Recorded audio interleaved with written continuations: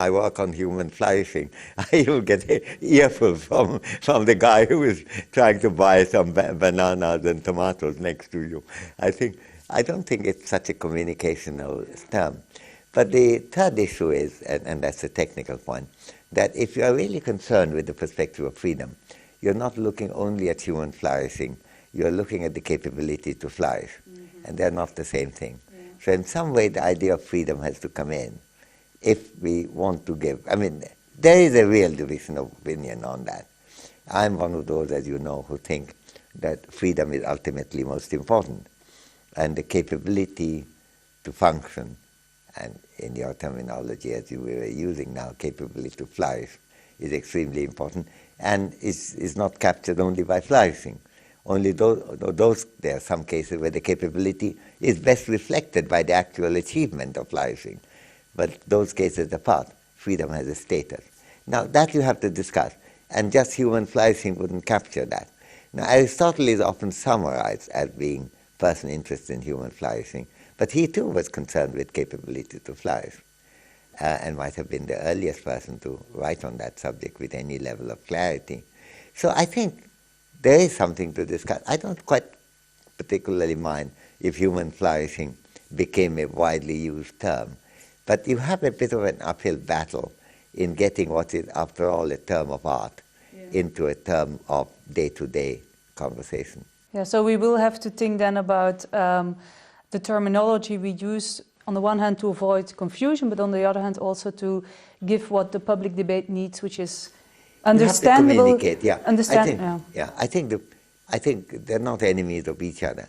You have to be totally clear in your mind as to what is that you want. And then you have to determine how much of it you can communicate and how best to communicate.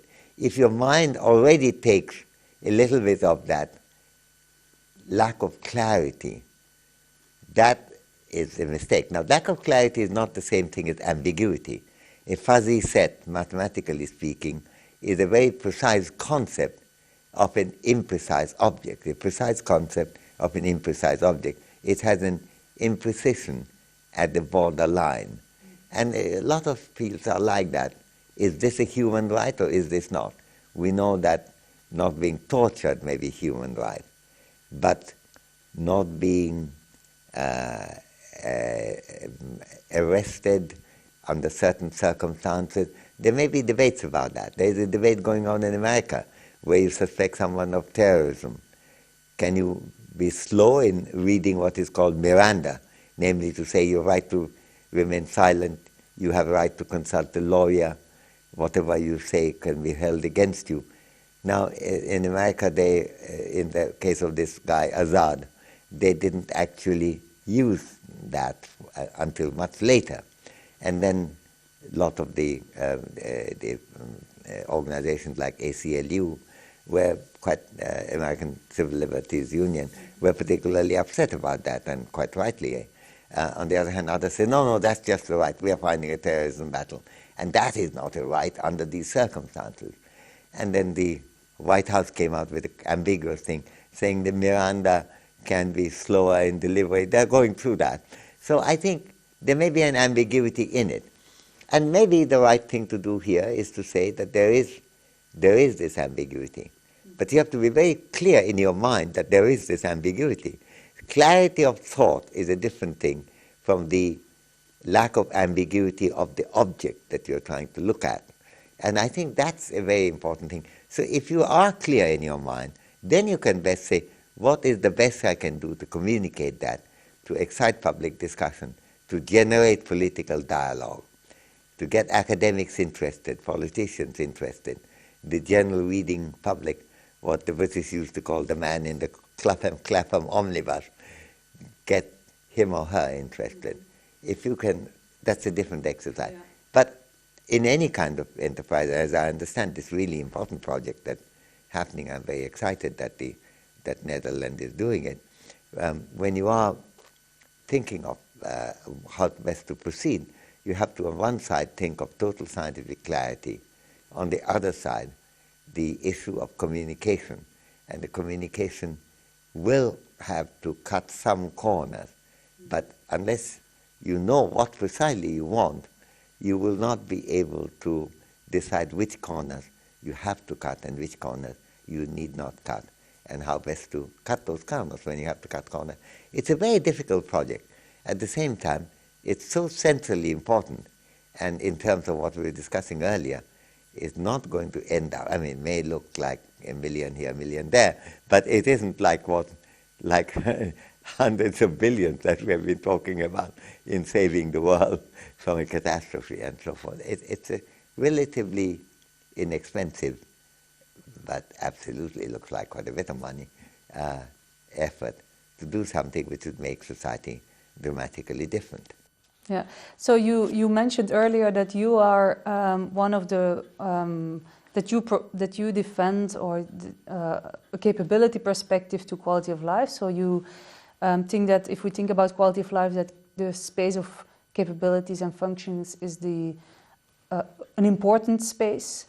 Now, there are, of course, also critics of the capability approach, and one of the arguments that they most often make is that the argument that there is some sort of paternalism involved. So who is going to decide which capabilities then make up the quality of life? And if we want to try to come up with that's a second question, if we want to come up with an aggregate measure, how are we going to allocate the weights to these different dimensions? I'm sure you must have heard this question many times. It's what some people think makes the capability approach unfeasible to operationalize at this aggregate level in thinking about the quality of life. What's your view on this? Well, I have heard that question many times. I can't say every time I hear it, it sounds sweeter and sweeter, because I think it's a bundle of confusion. Because let's look at three distinct problems. First thing is, are you interested in what capabilities people have? Then we could discuss which are more important than others. Or are you not interested in freedom at all? If there is a happy guy, doesn't matter what option the guy had, whether he had any freedom or not, but somebody chose it for him and he is happy. That's all there is to know. So those who take that view would have a fundamental criticism to make of the capability approach, saying freedom isn't important. Now we can have a lot of debate on that, and I would try to argue that that position is wrong, for good reasons that Aristotle and Mill and Adam Smith and Condorcet and others have presented, Mary Wollstonecraft. Now, so that's one thing. Now, suppose you are interested, you say, okay, yeah, we agree, freedom is important, capabilities are important.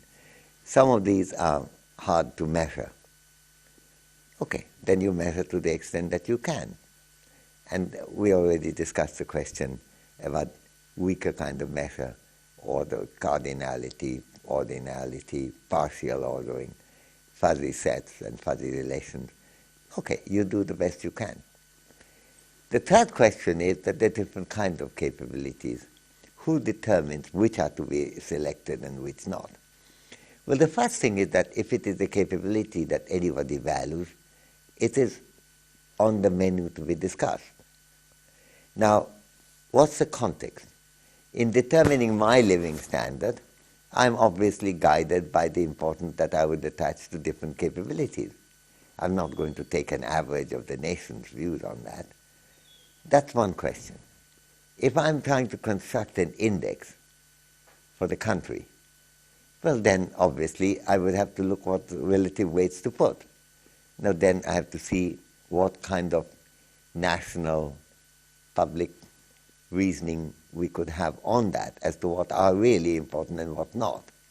Things have become recognized to be more important today than they were earlier, like mental illness, and the absence of mental illness has become a big factor. Autism was not recognized as a problem, and it is now. And public dialogue and public reasoning have made people understand that these are important issues of freedom. So I think you have to have public dialogue and have them. Then the question is, when you have such a list, what the weighting is. Again, the same thing, namely, what relative weight to attach. Now, your own thing is, when it comes to how to conduct your own life, You're not going to be guided by the national index on that. You'll be quite stupid to do that. On the other hand, if you're constructing an index, then you have to get the weights for that index.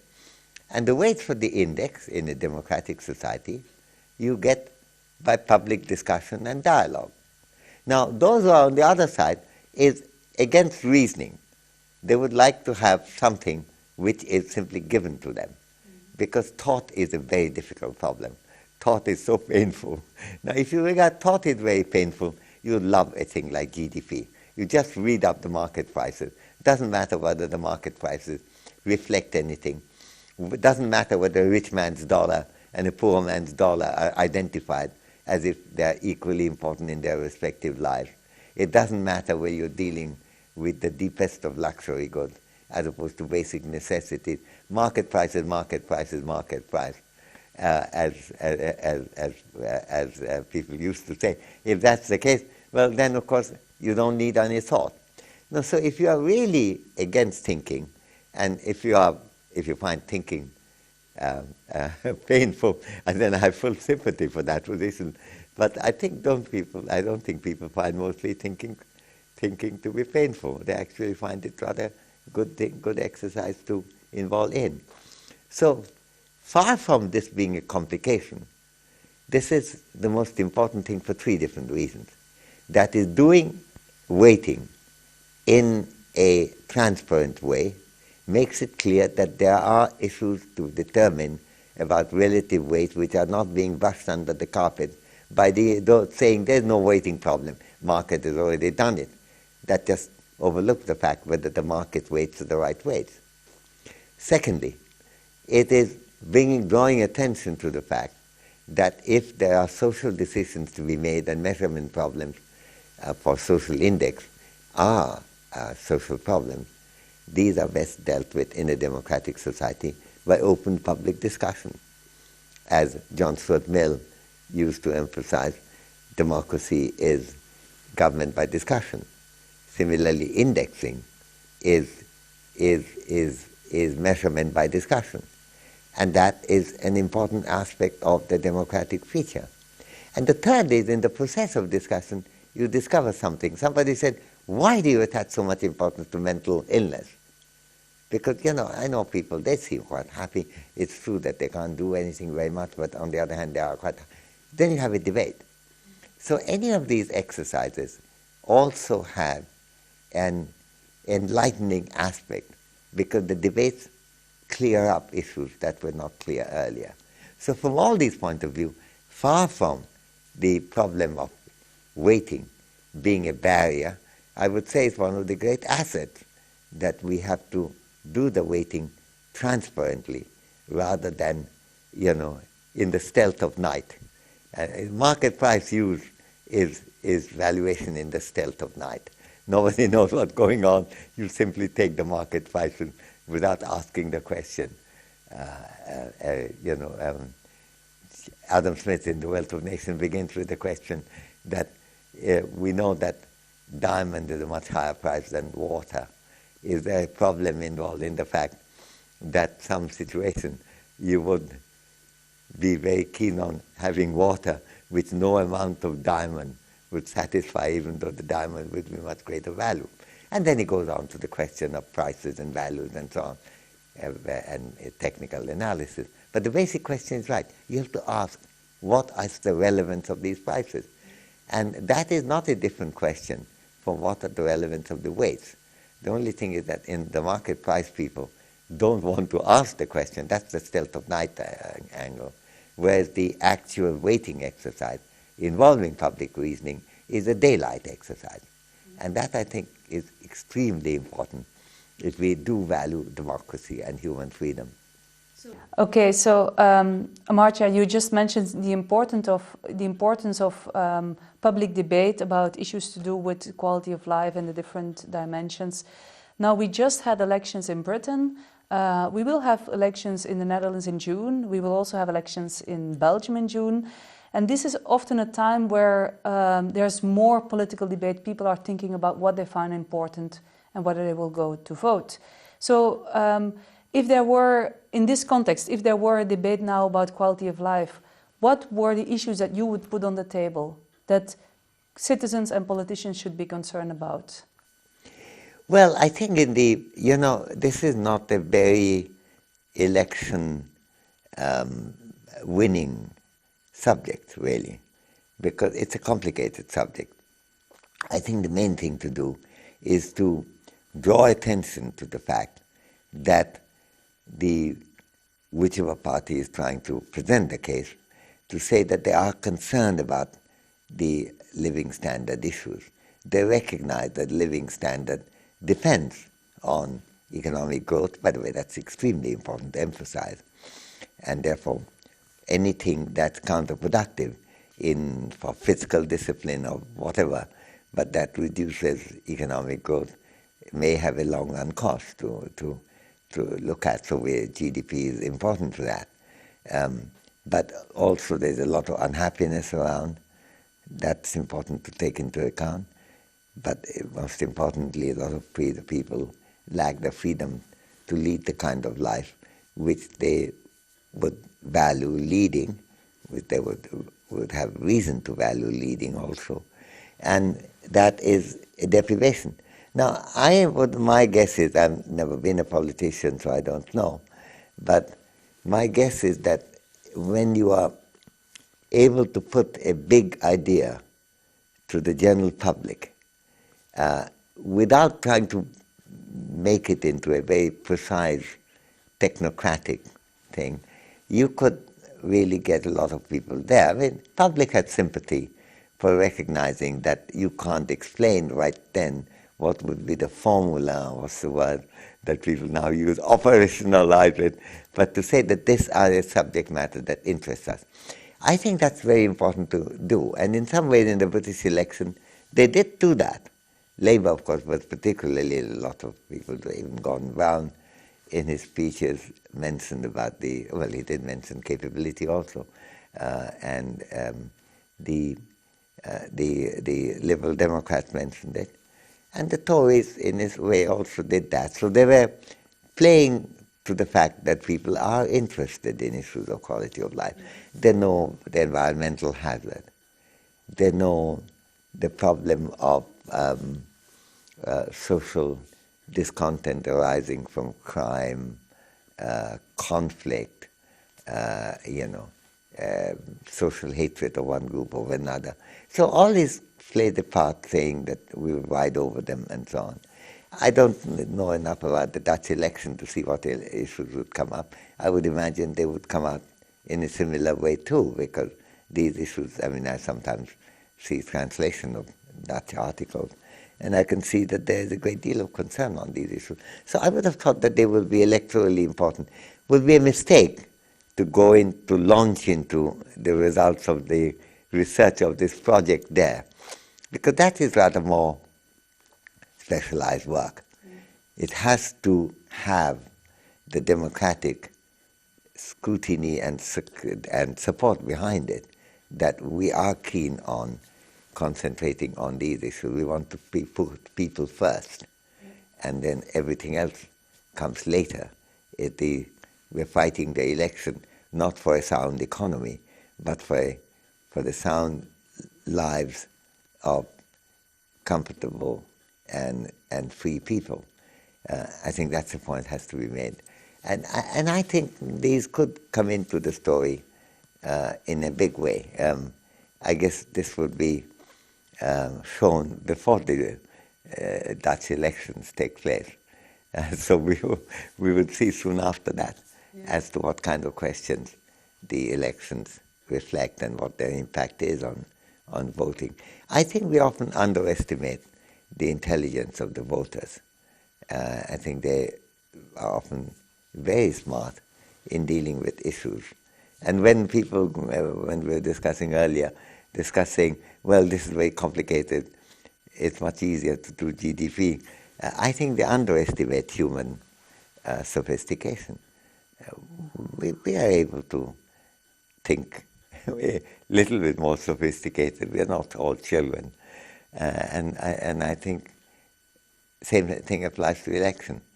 I think if I may go back to my own country, for example, I think the last election, of course, the Congress and their allies won.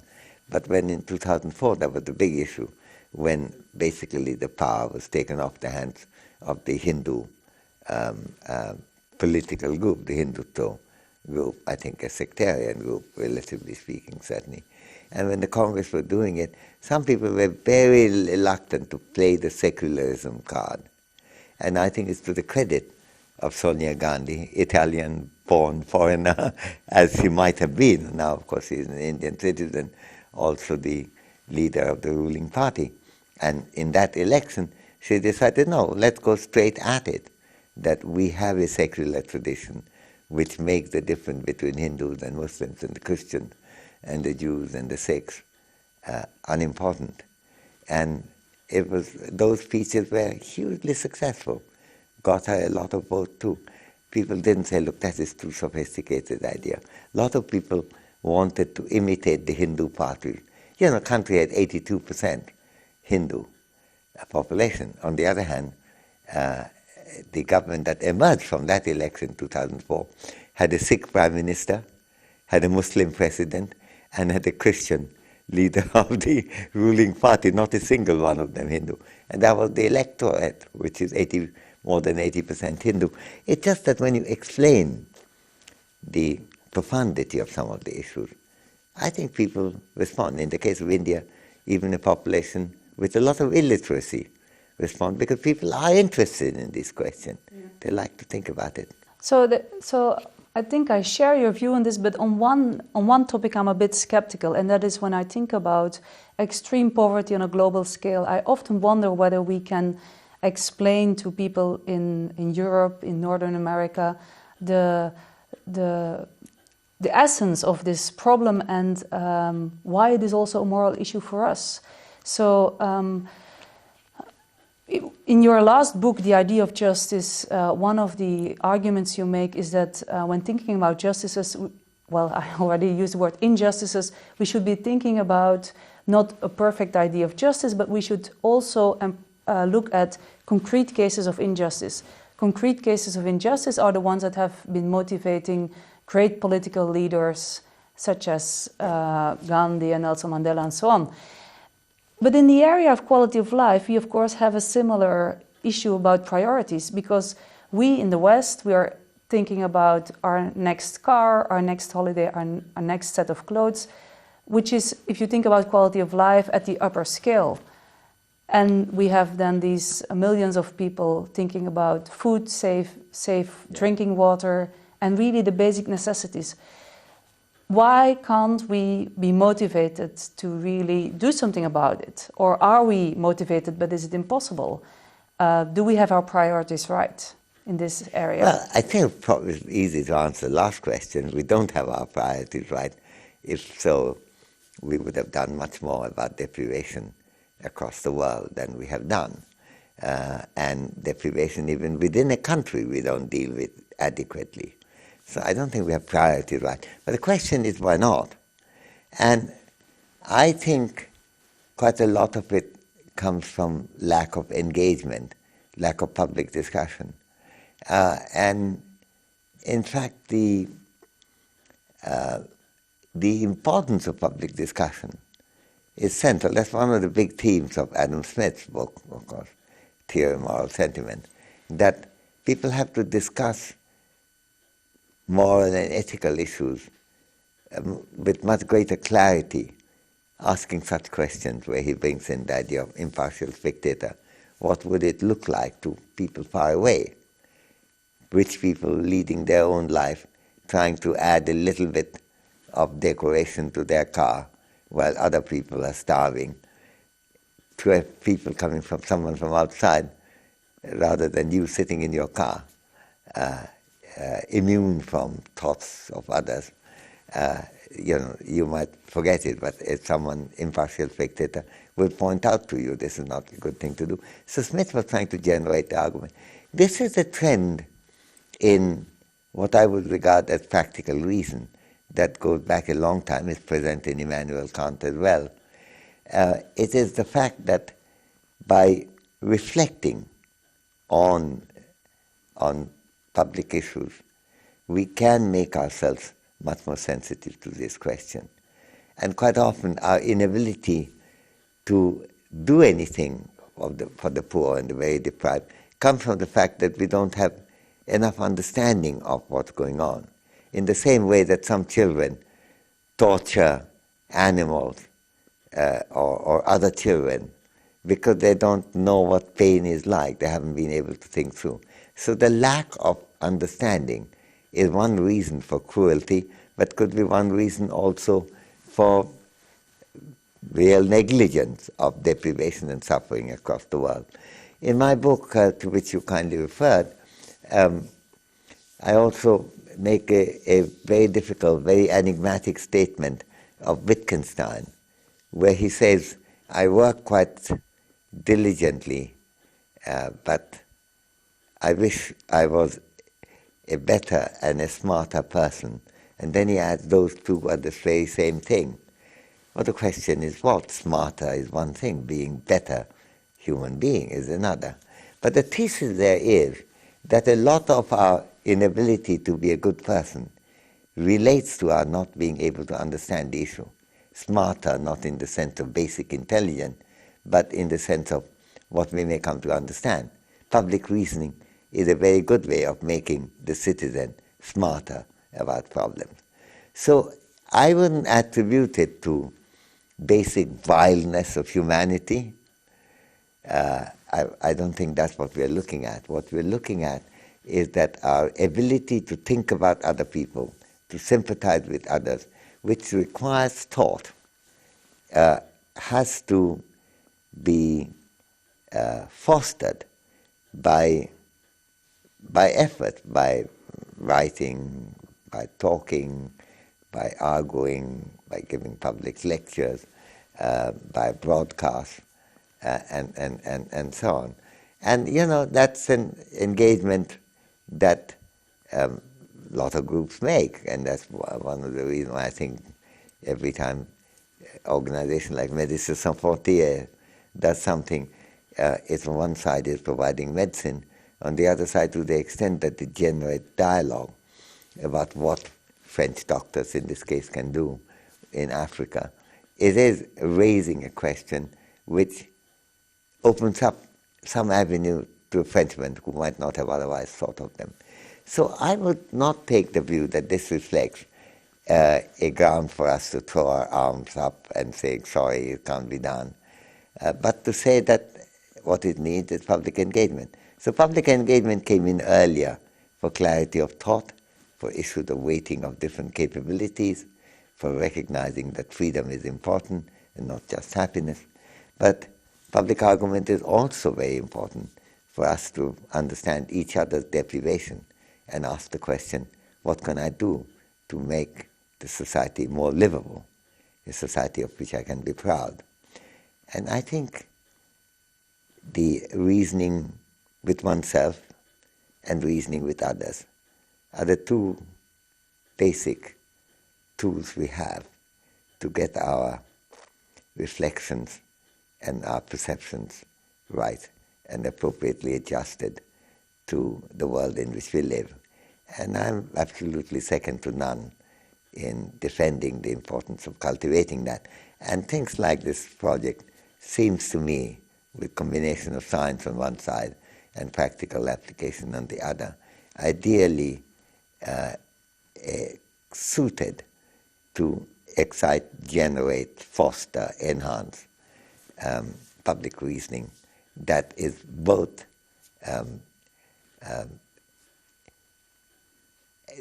not cutting corners, but in fact taking into account the real nature of the problems, and at the same time trying to get people interested in the lives of others, the deprivations of others, and the lives of society as a result, as such. So I think it's wonderful to be part of the presentation of this project. So thank you for giving me the chance to talk about that. And thank you for your great questions, Ingrid. And thank you very much for the time and for sharing your insights with us. Thank you. Thank you.